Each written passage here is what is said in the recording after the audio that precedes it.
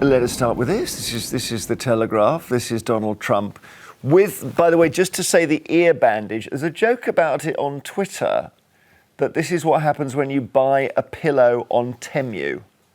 Does anyone understand that joke? Temu is the stinky one, isn't it? Where you go... No.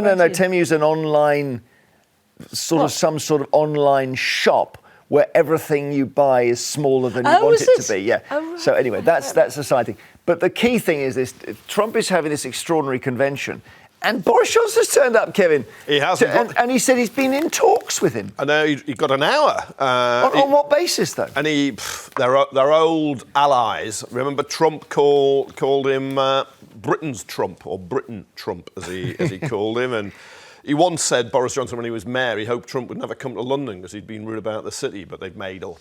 Yeah. And of course, Ukraine is the one area I always agreed with Boris Johnson on, and he's a kind of unofficial emissary now on behalf of Britain and Ukraine, and he's worried that if Trump wins in November, which looks an increasing certainty, that he will cut off US military aid to Ukraine. In the past, he said he could get a peace deal in a day. What he means is Ukraine surrenders, waves a white flag, and gives up 20%. Well, and also his running mate, who we'll come to in a second, J.D. Vance, is apparently the most America first senator, meaning you just say, we're about America, forget the rest. To the point where NATO is saying, we're going to have to work out if we can have NATO without the States in it.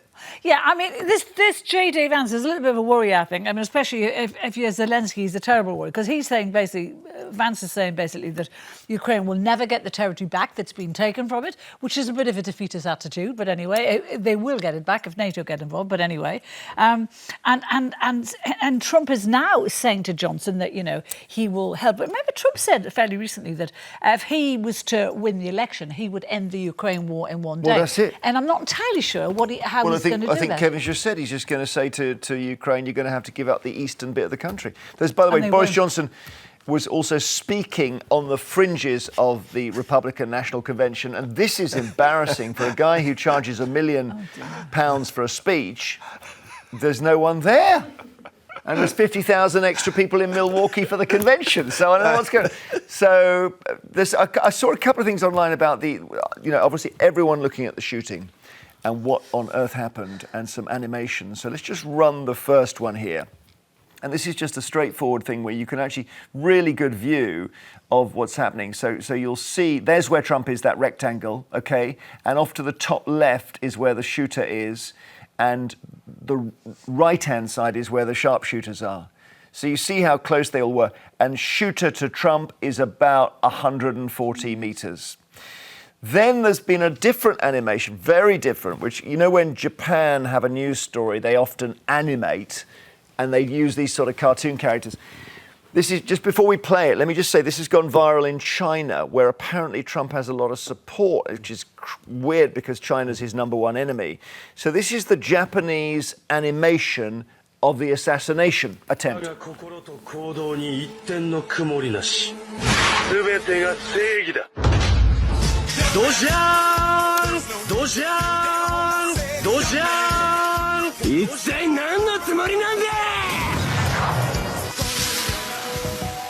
So you see there the cartoon animated Uncle Sam America character catching the bullet by Trump's ear and then the fist. It's all too weird, isn't it? It's very weird, yeah. But, the thing is, that shooting has won the election. It's interesting, isn't it? I read a funny line the other day where somebody said, you judge a president by how he reacts when he's shot, which I thought was quite a weird thing to say. You raised a good point, because I remember Liz Truss, there was a debate and the presenter fainted. Yes, and she was like... She acted like she'd been shot. But remember, it was Andrew Jackson, I think, who was 67 and on crutches when he got shot. Somebody aimed a shot at him, the former president.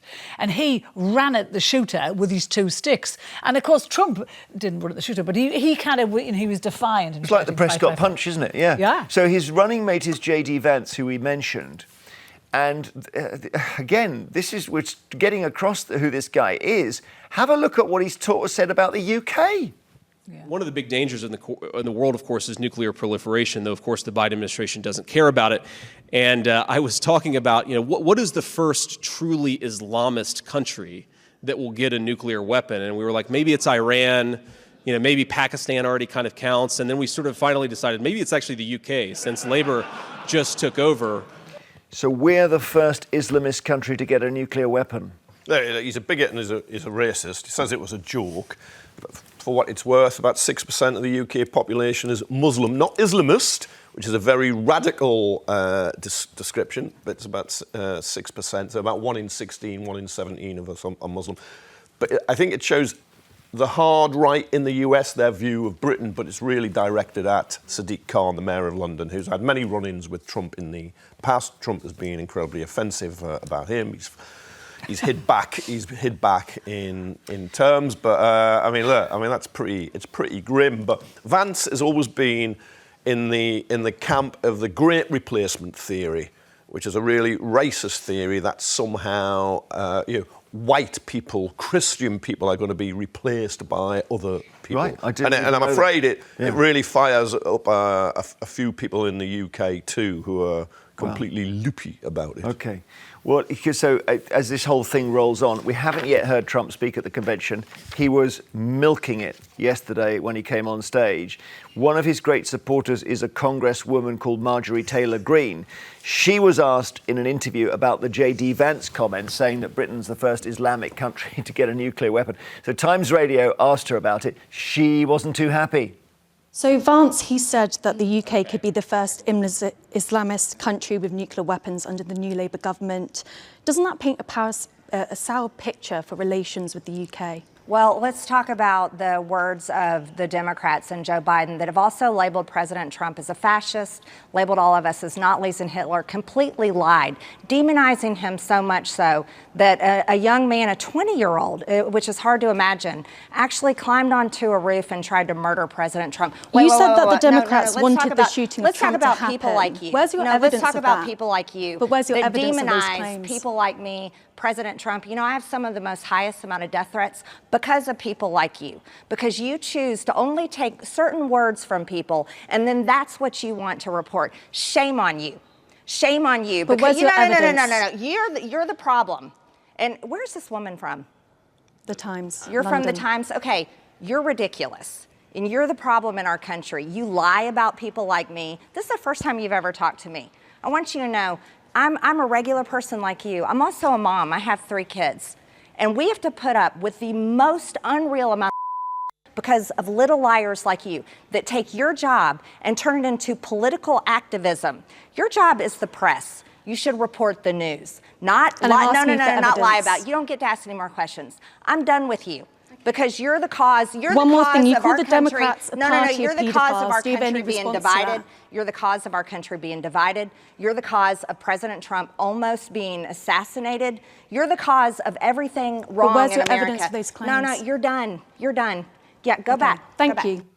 Go back. Wow, we played all of it because it was That's really a little astonishing. bit. She sounds a little bit unhinged. She sounded there, like she doesn't was getting into a temper without actually almost being asked anything. She was just going into circles. I think there's a kernel of something in there, what she was saying. No. Really? Well, if you can extract all the bile and the bitterness, she's talking about the kind of language and the threats that people in political life have to face, and I think that is a problem. Because Trump gets compared to Hitler. Yes, that's what she was trying to say, and I think the left and right both suffer from that but hang on, in this Carol, country. 'cause And look at this is Marjorie Taylor Greene herself saying she's going to blow away the Democrats. Have a look at this. Nancy Pelosi is sneaking the Green New Deal into the $3.5 trillion budget. And in 2022, I'm going to blow away the Democrat socialist agenda.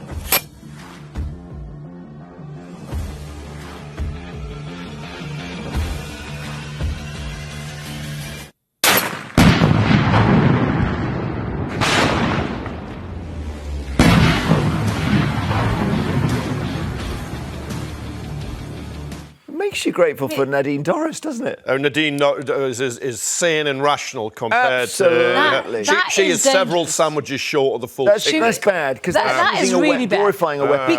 Because a lot of things that people say, you incite angry people who are already angry. You incite them to do things they might not have done. That's the sort of thing that would incite. But it is both sides, Kevin, do you think? It's the Republicans and the Democrats using violent language?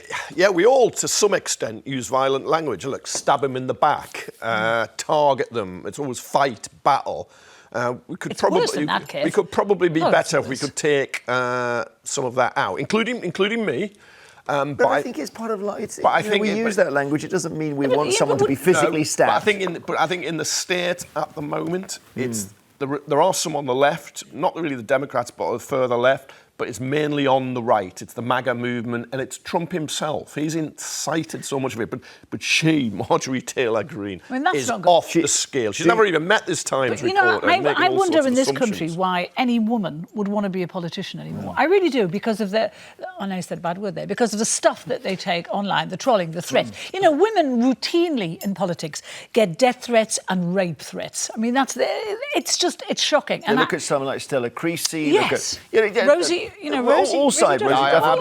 On the Conservative side, it's the same. It is Anna just shocking. Soubry, or they've all had. It's right. It's worse for women in I think politics completely. because of social media. Yes. Right. Yeah, And just it's on worse for our black women. On the bigger, yes, that's true. On our bigger point here, there was an article yesterday, big headline, which said the bullet hit Trump, but it killed Biden. Is that true? I think. Well, I think yes. Metaphorically, yes, it is true. I think he's got. I mean, gone. I think he was on the way down the toilet anyway. But I mean, I think that's just. He can't get into the day. He can't say Trump's bad for America. Biden can't say Trump's dangerous. All his lines have gone. What I noticed he did yesterday, he's thinking like, what can I do to attack this guy? And the only thing he could do was call for a ban on guns. Yeah, because that's Trump. He knows will disagree with that. Yeah, and I think Biden is right on that, and the US is awash He's been in with power weapons. for 4 years.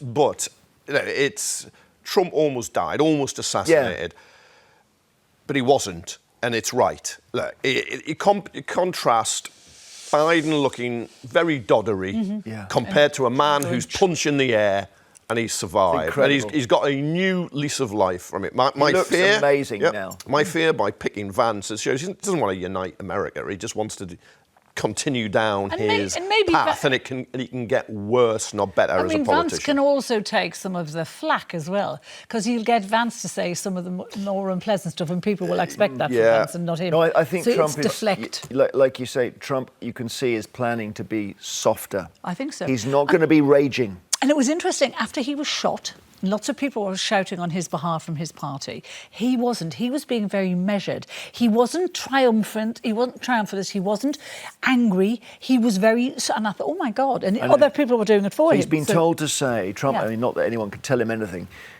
don't go ragey. Yes. Just say, yes. I'm going to bring America together. Yeah. Because that's what you don't expect him to say. Yes. All politicians say, I'm going to unite the country. Well, he was not saying that before now. Yeah, but they mean unite them around them and their ideas and their policies. That's what they always mean. You'd think that after being shot, he would be crazy and angry and spitty, but he really wasn't. Let's wait for his speech and let's wait for the weeks ahead. One more thing before we go to our break, which is that who else turned up at the Republican convention? Have a guess. Liz Truss, right? So she's... so now she's lost her seat as well.